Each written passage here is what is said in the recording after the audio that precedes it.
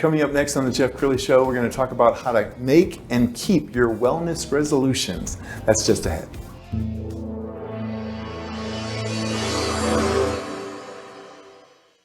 Many are predicting that the worst is yet to come, which is unfortunate, said one person here. Until now, they've enjoyed the reputation of being the nation's icebox. Watched a burglar in his home this morning by webcam. As a journalist of over 25 years, stories are what make my world turn. Reporting live from the Dallas newsroom tonight, Jeff Crilley, Fox 4 News. But in 2008, I took the jump from my familiar life and started a PR firm from my home. We're talking about anyone with a camcorder like the one I'm using becomes a television network. We started slowly growing the company, and we now have over 100 clients, and we've branched into the world of live digital broadcasting. I now own 8 different TV studios and have a huge team, and the stories that I now get to share are sometimes the most important of my life. Life has a funny way of coming around full circle. This is the Jeff Crilley Show. We all do it. We make that New Year's resolution to lose weight, get in shape, and you remember how this goes.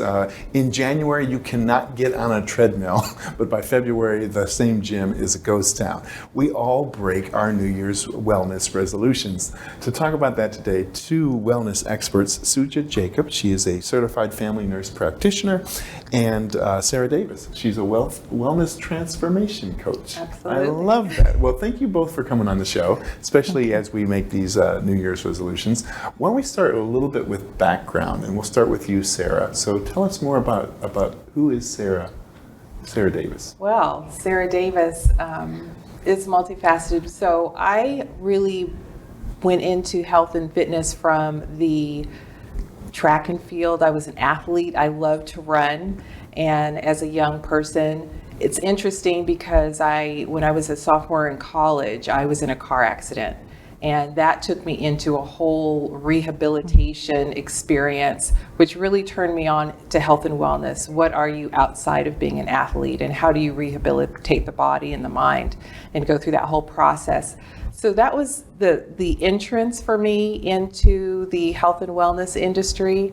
And it's been just fire ever since then. I've worked in a lot of the gyms over the course of the years, the Gold Gyms, Jack LaLanne's gym back in the day, and really just fell in love with people and passionate about them seeing them really perform at their best. And so as an athlete and really performance-based, I think that's where a lot of my passion has fueled and really worked out into what I'm doing today, realizing that physical performance is important, but the mental, emotional, and even spiritual piece, it's all integrated in really being able to be the best person you could be, whether you're on a field or not on a field, whether you're just a parent or a CEO, whatever it is that you choose to do in life.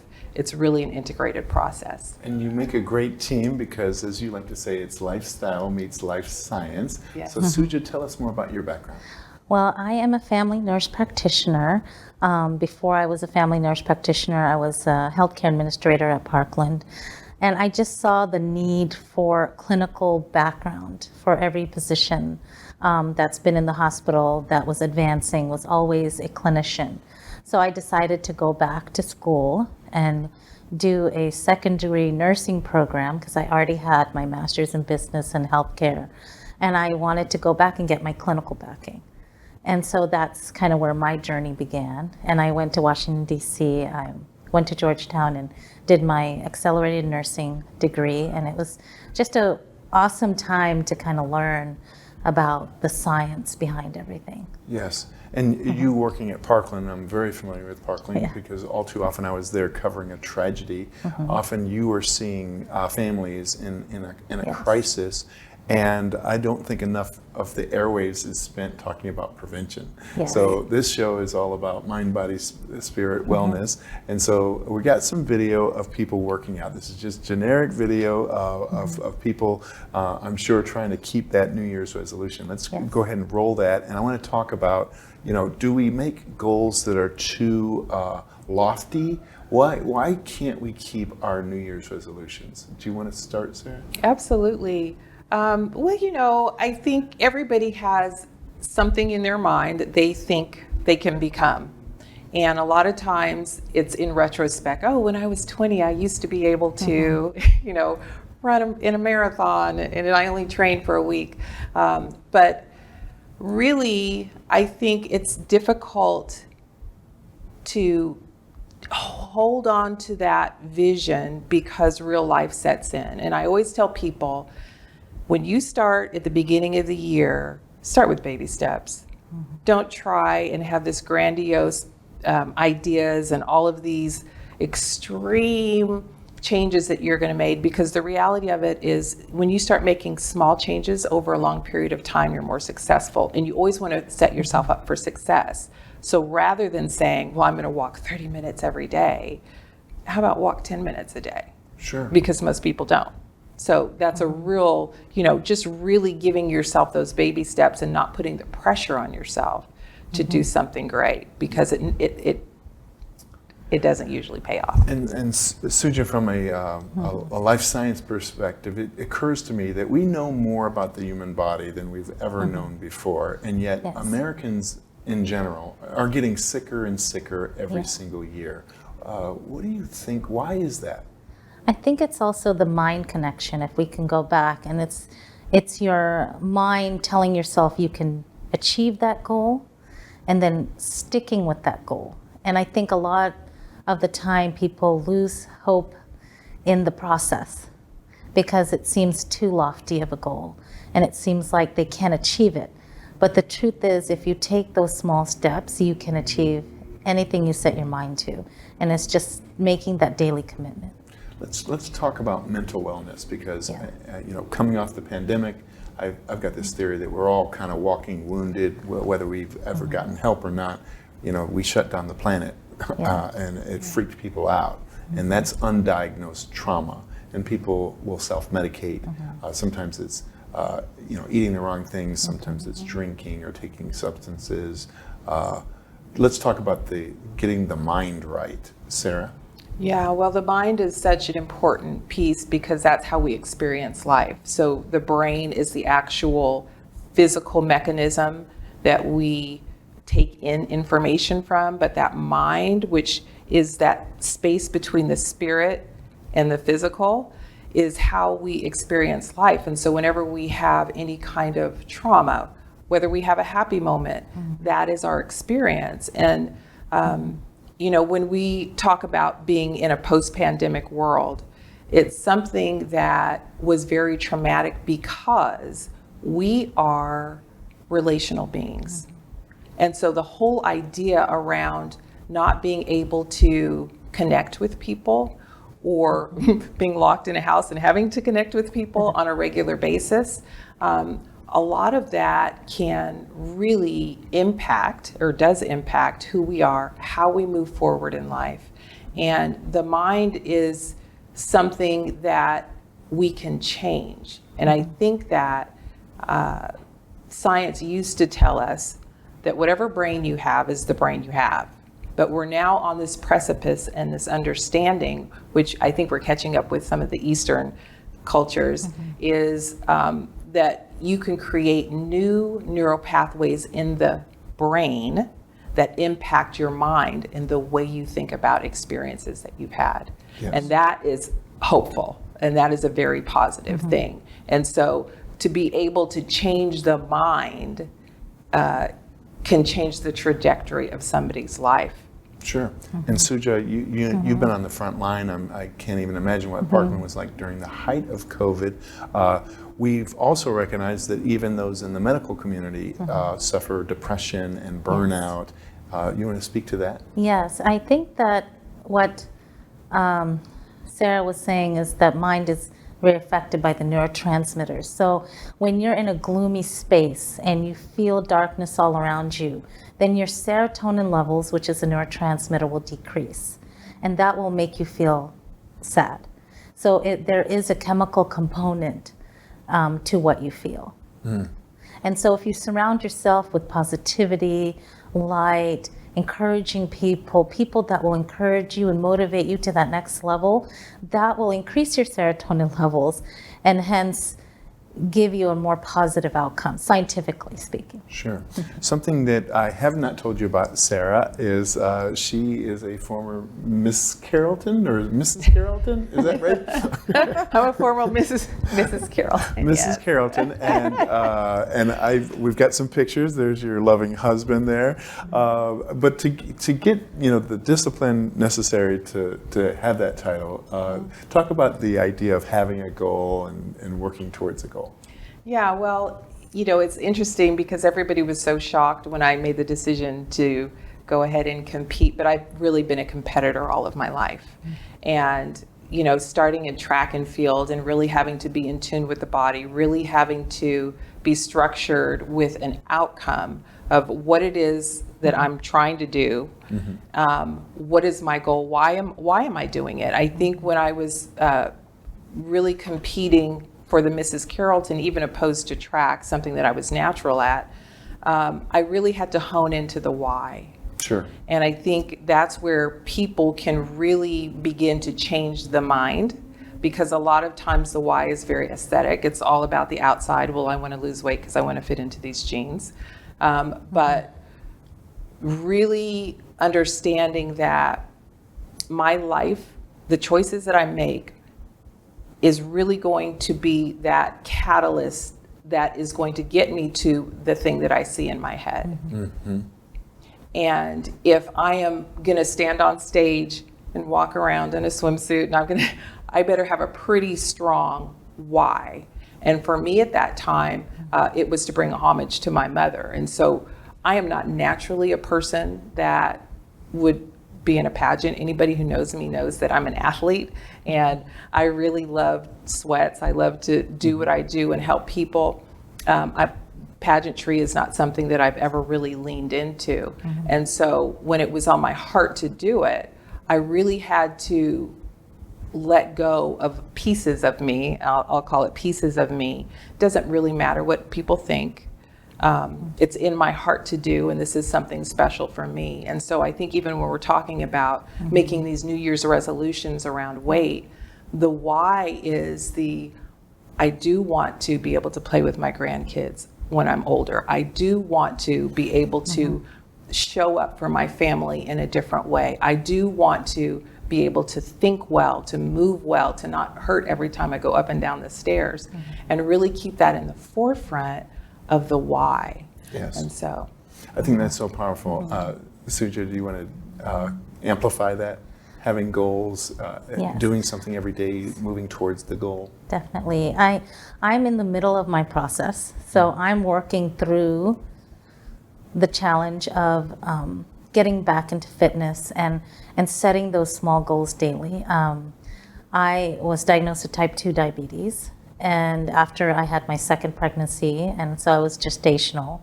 And then so now I'm determined to get off the medication and be healthy for my family. And even though I'm a clinician, I go through what everyone else goes through in their family lives. And so I'm in that process. I'm working out daily and I'm making those changes now. So I feel like I'm on my way Yes. in finishing that journey. But I'm also in the process. So any of you that's in that process, know that you're not alone. Yes. That- You're both very relatable, and I can see why you do so well as a team. Sara, I'm going to put you on the spot. You confessed to me just before the show that you have a health condition Yes. that most people don't pick up on. yes. So I've been diagnosed with macular degeneration, and that was probably about 25 years ago. When I was 15, my doctor did see that there was a 3-degree blind spot around my pupil. And it is something that I walk around with every day. And the reality of it, though, is that everybody walks around with something every day. And mine is something that is hidden. You can't see it from the outside. But others, it may be obesity. It may be a physical ailment or deformity. It may be an emotional wound that is so deep. It could be a relational wound. So we're on this journey of wellness, and everybody is in the process, as Suja is, and we're working towards becoming our best selves. And what does that look like? Being in the track and field world, it's so physically focused, But as you're running, I was a quarter miler. I went from a sprinter to a quarter miler. And that is a huge mental challenge and a huge mental change. And I remember my coach saying, yeah, we're going to move you up. And I was like, no, we're not. We're not going to move me up. But it was a process. You know, we talk about being in a process. It was a process of changing my mind, changing my body, changing the attitude, the mental fortitude to get on the line and say, I can make it around the track one whole lap. And not only can I just make it around, but I can kill it when I do it, you know, and I'm looking forward to that last part where the push is so hard in order to achieve what's before me. And Sara, you said something before the show that I want you to expound on is what you lost in vision, you picked up in your intuitive sense. You can really feel people's energy. Absolutely. I have, when people find out that I can't, there's things that I just simply cannot see. They either pity me or they treat me like, oh, like I'm sure you can't see that. And you know, a lot of times what we feel like is a curse or a bad card that we get dealt in life, for me, macular degeneration has really been a way for me to grow other senses. And so when I am in front of a person, whether I'm coaching them or whether I am just speaking with them, I love people and I can see people. And for me to say that I can see people is counterintuitive to physically what's happening to me. But I'm able to see people in a way that I feel like a lot of people can't see other people. Yes. And I think that's in really what makes what I do powerful and the way that I can do it powerful, because I don't take anything for granted, and people are so much more than just the physical, what we can physically see. Yes. And there's so much in what they say, how they say it, the way they modulate, the way they physically articulate. All of that gets kind of wrapped up in my ability to help others. Yeah. Yeah. Suja, I want you to jump back in the conversation on limiting beliefs and the stories that we tell ourselves. Because I've had times in my life when I say I can't, and if I start to really look at my language, everything is can't, won't. We saw the other night Luka Doncic with just seconds left. Takes the team on his back and they end up winning in overtime. I'm sure there were a lot of people saying, hey man, it's time to go. Yeah. They can't win this game. So talk about the stories we tell ourselves. Yeah, I can give a good example. This morning I went to work out early in the morning, and it was this class that I've never taken before called Alpha Conditioning, and it's a very strenuous class. And in the middle, I was like, I can't do this anymore. I'm going to die. But it didn't happen, and I just pushed myself beyond that limit and said, okay, I can do this. I'm here for a reason. No matter how slow I take it or how hard I push it, I can make it through this. And so it was me talking myself through that process and knowing that I can achieve this. I just have to keep trying and not give up. Yes.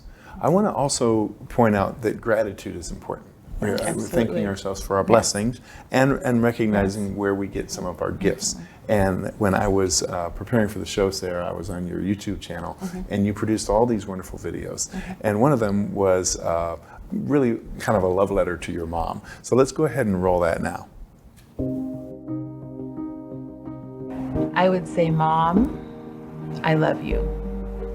Thank you for being the woman of faith that you were, that instilled a God consciousness in me and in all of your children. Thank you for being the woman of character, intelligence that was undeniable to the world and made the world sit up and see you and see a woman of color who was strong and powerful and eloquent and articulate. Thank you, Mom, for paving the way for not just me, but so many other women to come after you. And maintaining a standard of purity throughout your entire life. I love you, and you are the woman whose shoes I am walking in. Wow. Sara, I know that it's not like you go back to your YouTube channel and watch your old videos, so you probably haven't seen that in a few years. What came to mind when you were watching that just now? Just the reality of who my mother was and the time that she was here. You know, I mentioned running in the pageant, and it was truly an homage to her. And she was the first African American woman to win a pageant in the United States of America. Mm-hmm. And so when God put it on my heart, it was really a way to connect with her because she's no longer with us. But I have older parents. So my father is still alive. He's 96 years old. And they come from a completely different generation who thinks differently, who walks differently, mm-hmm. talks differently. And I was so blessed to be able to see the power of the generation that said, not only as a woman, but as an African American woman, we have a responsibility to show up and have the character, have the integrity, have the purity that will open doors and be of impact.